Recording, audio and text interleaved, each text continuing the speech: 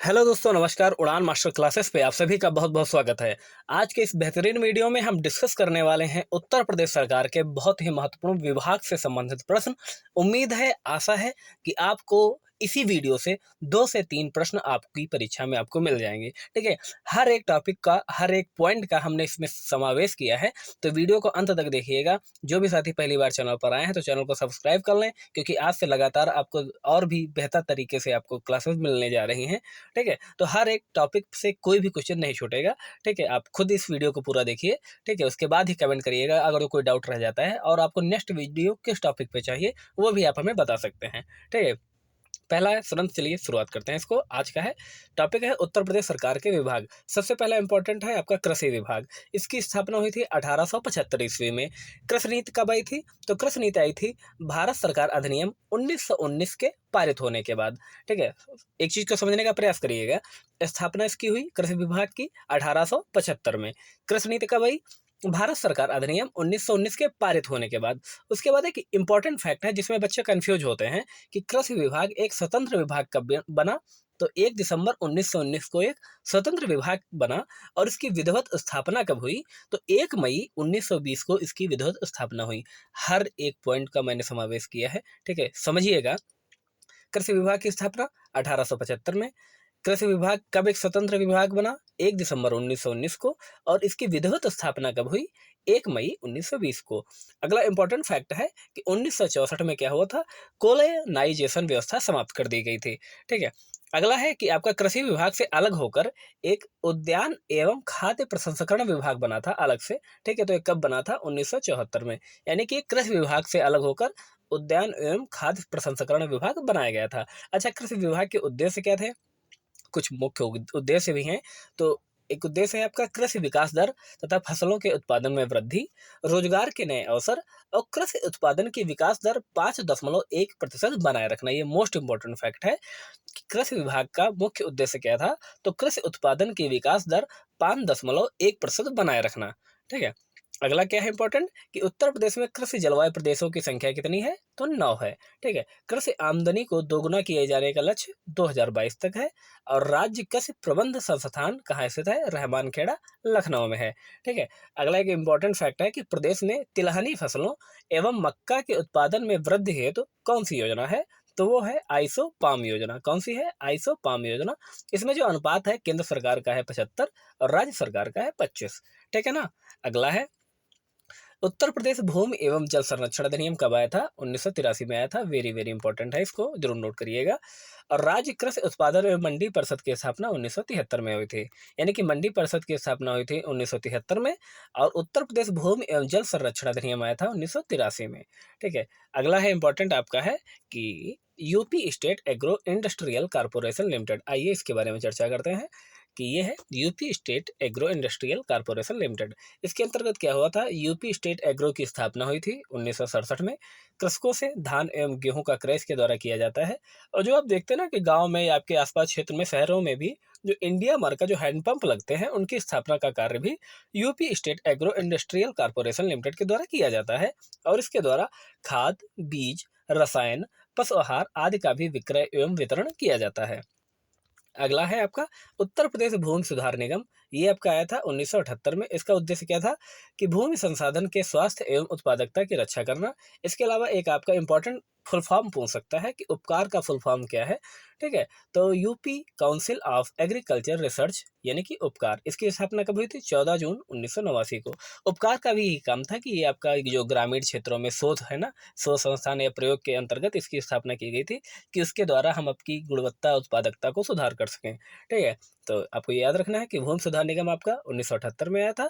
और आपके जो उपकार आया था ये 14 जून 1989 को आया था। यहाँ पे एक चीज़ याद रखिएगा कि भूमि सुधार निगम तो आपका आया था 1978 में। इसके अलावा जो मैंने अभी आपको बताया था कि जो भूमि एवं जल संरक्षण अधिनियम आया था वो 1983 में आया था। कंफ्यूज मत होइएगा। ठीक है, हर एक टॉपिक का मैंने समावेश इसमें किया है। ठीक है, अगला है मोस्ट इंपॉर्टेंट उत्तर प्रदेश गन्ना विकास विभाग कब इसकी स्थापना हुई थी? 1935 में। गन्ने का मूल स्थान क्या है? अपना प्यारा भारत है। इंडियन शुगर कमेटी की स्थापना कब हुई थी? 1920 में हुई थी। भारत की प्रथम चीनी मिल कहाँ लगी थी? तो 1903 में उत्तर प्रदेश के, यानी कि अपने उत्तर प्रदेश के देवरिया जिले के प्रतापपुर में ये प्रदेश की यानी कि पहली चीनी मिल और इसके साथ ही ये भारत की प्रथम चीनी मिल थी। ठीक है। और गन्ना अधिनियम कब आया था? 1934 में भारत सरकार द्वारा गन्ना अधिनियम आया था। उसी के अंतर्गत 1935 में गन्ना विकास विभाग की स्थापना की गई थी। चीनी मिल नियंत्रण अधिनियम 1938 में आया था। ठीक है। और 2020-21 में उत्तर प्रदेश में गन्ने की औसत उपज आई थी 81.50, है ना, 81.50 टन प्रति हेक्टेयर। ठीक है। और एक सबसे चौंकाने वाला आंकड़ा ये आया है कि 2021-22 में जो गन्ना उत्पादन में अपने उत्तर प्रदेश का स्थान एक स्थान नीचे खिसक गया है। ठीक है। यानी कि हमेशा ये पहले स्थान पर रहता था, पिछले 5 सालों से अपने उत्तर प्रदेश गन्ना उत्पादन में पहले स्थान पर रहता था, लेकिन ये अभी आंकड़ा आया है आपका हाल ही फिलहाल में, करंट का ये है क्वेश्चन, ये बहुत इंपॉर्टेंट है, ये पूछा जा सकता है। जिसमें अपना उत्तर प्रदेश दूसरे स्थान पर चला गया है और पहला है महाराष्ट्र। ठीक है। आगे आइए। अगले आगे जो आपके बहुत महत्वपूर्ण विभाग है उत्तर प्रदेश सहकारिता विभाग। इसकी स्थापना 1904 में हुई थी। इसके 3 स्तर होते हैं, प्रारंभिक स्तर, केंद्रीय स्तर और शीर्ष स्तर। प्रारंभिक कृषि ऋण सहकारी समिति के माध्यम से किसानों को 3 लाख रुपए तक का ऋण 3% ब्याज की दर से उपलब्ध कराया जाता है। अगला है कृषि विपणन विभाग, उत्तर प्रदेश सरकार। तो इसके अंतर्गत रॉयल कमीशन ऑन एग्रीकल्चर का गठन 1928 में किया गया था और कृषि विपणन निदेशालय का गठन 15 जुलाई 1976 को किया गया था। 31 जून 2005 को इसका नाम परिवर्तन कर दिया गया। क्या कर दिया गया? कृषि विपणन निदेशालय से परिवर्तित करके कृषि विपणन एवं कृषि विदेश व्यापार विभाग उत्तर प्रदेश सरकार कर दिया गया। अगला है आपका उत्तर प्रदेश वन विभाग। तो इसके अंतर्गत Uttar Pradesh eco tourism policy आई थी, वो आपकी 2014 में आई थी ना, ये आपके टूरिज्म को बढ़ावा देने के लिए। ठीक है। और इसके साथ ही आपको प्रमुख अधिनियम आपको याद रखने हैं। वन्य जीव संरक्षण अधिनियम 1972, वन संरक्षण अधिनियम 1980 और पर्यावरण संरक्षण अधिनियम 1986। मोस्ट प्रोबेबिलिटी है कि आपके इसी में से एक क्वेश्चन जरूर पूछा जाएगा। ठीक है। तो इसको जरूर आप नोट करिएगा क्योंकि आपके जीएस में भी पूछा जा सकता है। ठीक है। अगला है आपका उत्तर प्रदेश खादी तथा ग्राम उद्योग बोर्ड। इसकी स्थापना 1960 में हुई थी और इसमें 5 सरकारी एवं 7 गैर सरकारी सदस्य होते हैं। जो सरकारी होते हैं वो तो फिक्स होते हैं, जो गैर सरकारी सदस्य होते हैं वो केवल 2 वर्ष के लिए नामित किए जाते हैं।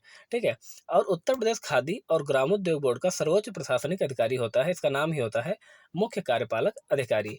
इसके अंतर्गत 2 योजनाएं चल रही हैं। ठीक है। एक मुख्यमंत्री ग्रामोद्योग रोजगार योजना, दूसरी है प्रधानमंत्री ग्रामीण रोजगार सृजन कार्यक्रम। ठीक है। मुख्यमंत्री ग्रामोद्योग आपका जो ग्रामोदय रोजगार योजना है, इसके अंतर्गत अधिकतम 10 लाख रुपए तक का ऋण दिया जाता है किसानों को। ठीक है। और प्रधानमंत्री ग्रामीण रोजगार सृजन कार्यक्रम, इसके अंतर्गत 25 लाख रुपए तक का ऋण दिया जाता है। ये मेन इंपॉर्टेंट फैक्ट है। ठीक है। इसको जरूर आप नोट करिएगा। अगला है इसी के द्वारा जो आपका उत्तर प्रदेश खादी तथा ग्रामोद्योग बोर्ड के द्वारा 2 प्रयोगशालाएं भी चलाई जा रही हैं। क्या नाम है उनका? गुणवत्ता नियंत्रण प्रयोगशाला और गुणवत्ता नियंत्रण प्रयोगशाला। दोनों का नाम सेम ही है। एक है आपकी डालीगंज लखनऊ में, दूसरी है खजनी गोरखपुर में। अगला है आपका श्रम विभाग है। ठीक है। आइए इसको देखते हैं क्या है। ठीक है। श्रम विभाग के अंतर्गत श्रम आयुक्त कार्यालय की स्थापना 1936 में हुई थी। इसमें 33 श्रम कानून है। ठीक है। इसमें इसके अंतर्गत जो आपका श्रम आयुक्त विभाग है या श्रम विभाग है, इसके अंतर्गत 33 आपके श्रम कानून है, जिसमें 24 आपके केंद्र के द्वारा बनाए जाते हैं और 9 आपके राज्य के द्वारा बनाए जाते हैं। ठीक है। उत्तर प्रदेश के जो है उत्तर प्रदेश में 6 जो है औद्योगिक न्यायाधिकरण भी हैं। यानी कि अपने उत्तर प्रदेश में 6 औद्योगिक न्यायाधिकरण हैं। कहाँ कहाँ पे हैं ये? प्रयागराज, लखनऊ, कानपुर, आगरा, मेरठ, गोरखपुर। आपको इस चीज़ को जरूर याद रखिएगा कि उत्तर प्रदेश में कहाँ कहाँ पर औद्योगिक न्यायाधिकरण है। तो प्रयागराज में है, लखनऊ में है, कानपुर में है, आगरा में है, मेरठ में है और गोरखपुर में है। ठीक है। अगला है आपका प्रतिभूमि विकास विभाग। इसकी स्थापना 1978 में हुई थी। इसके अंतर्गत आपके 3 कार्यक्रम चल रहे हैं।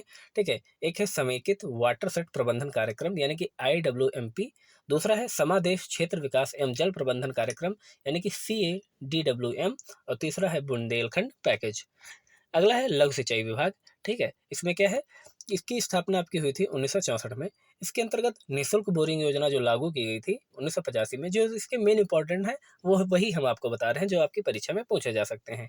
इसके अलावा इसके अंतर्गत पाताल तोड़ नलकूप परियोजना भी चलाई गई थी उत्तर प्रदेश के 4 जिलों में। कहाँ कहाँ पे? आगरा, मैनपुरी, इटावा और जालौन में। जो आपका लघु सिंचाई विभाग है, इसका संकल्प क्या है? जैसे टैगलाइन नहीं पूछ लेते हैं, तो इसका संकल्प है आपका हर खेत को पानी, हर किसान की खुशहाली। ठीक है। इसको जरूर आप याद रखिएगा। हर खेत को पानी, हर किसान की खुशहाली।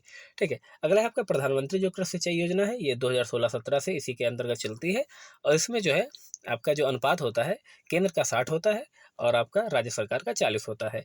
गजेटियर्स विभाग ये मोस्ट इंपॉर्टेंट है, ये जो होता है ये राजस्व विभाग के अधीन होता है और जिला गजेटियर्स विभाग की स्थापना 1957 में की गई थी। अगला है आपका इंपॉर्टेंट राज्य आपदा प्रबंधन विभाग। ठीक है, इसके प्रमुख को कहते हैं राहत आयुक्त।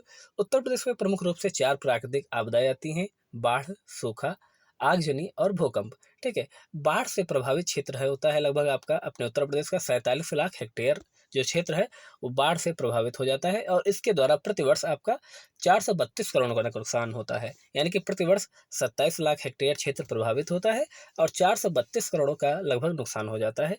और अगला इंपॉर्टेंट फैक्ट है आपका कि प्रदेश में सिंचित क्षेत्र का कितना प्रतिशत भाग मानसूनी वर्षा पर निर्भर है, तो ये 1/3 भाग यानी कि 33% जो भाग अपने उत्तर प्रदेश का है वो मानसूनी वर्षा पर निर्भर होता है। अगला है कार्यक्रम कार्यान्वयन विभाग, ये भारत सरकार की योजना है। इसके अंतर्गत 20 सूत्री कार्यक्रम आए थे, इसकी घोषणा 1975 में की गई थी। अक्सर आपसे परीक्षा में पूछ लेता है कि जब आपके 20 सूत्री कार्यक्रम थे उस समय प्रधानमंत्री कौन था, तो उस समय थे इंदिरा गांधी। इसको जरूर याद रखिएगा। ठीक है, वर्तमान में यह कार्यक्रम 2006 से भी लागू है। ठीक है, मूल उद्देश्य क्या है? पिछड़े एवं निर्धन व्यक्तियों के जीवन स्तर में सुधार करना। ठीक है, अगला है आपका ग्रामीण अभिनियंत्रण विभाग। इसकी स्थापना 1972 में हुई थी। इसका मुख्य कार्य है प्रदेश के ग्रामीण अंचलों के संपर्क मार्ग, पुलिया और भवन निर्माण। यानी कि जो आपका जो ग्रामीण अंचल होते हैं तो उसको सड़क मार्ग से जोड़ना, ठीक है, पुलिया निर्माण करना, भवन निर्माण करना, ये आपके ग्रामीण अभिनियंत्रण विभाग के कार्य हैं। ठीक है, अगला है आपका युवा कल्याण एवं प्रांतीय रक्षक दल या विकास दल विभाग। ठीक है, हालांकि इसका अब नाम चेंज हो गया है, सब कुछ आपको बताएंगे। ठीक है, सबसे पहले आपको याद रखना है कि 1947 में प्रांतीय रक्षक दल का गठन किया गया था। 31 मार्च 2016 को इसके स्थान पर खेलो इंडिया योजना का प्रारंभ कर दिया गया। ये मोस्ट इंपॉर्टेंट है कि खेलो इंडिया योजना का पूरा नाम क्या था? युवा कल्याण एवं प्रांतीय रक्षक दल या विकास दल विभाग। 12 जनवरी को प्रतिवर्ष राष्ट्रीय युवा दिवस मनाया जाता है। उत्तर प्रदेश राज्य युवा कल्याण परिषद का गठन 1977 में किया गया था और प्रतिवर्ष राष्ट्रीय युवा महोत्सव 12 से 16 जनवरी को मनाया जाता है। मोस्ट इंपॉर्टेंट है। तो यहाँ पे आपका ये वीडियो समाप्त होता है। आपको वीडियो कैसा लगा हमें कमेंट करके बताइएगा। इसी तरह की वीडियोस पाने के लिए चैनल को सब्सक्राइब कर लें और अपने दोस्तों में शेयर जरूर करें, क्योंकि जितना ज़्यादा आप शेयर करेंगे हम उतना ज़्यादा और आपके लिए कुछ और बेहतर करेंगे। धन्यवाद।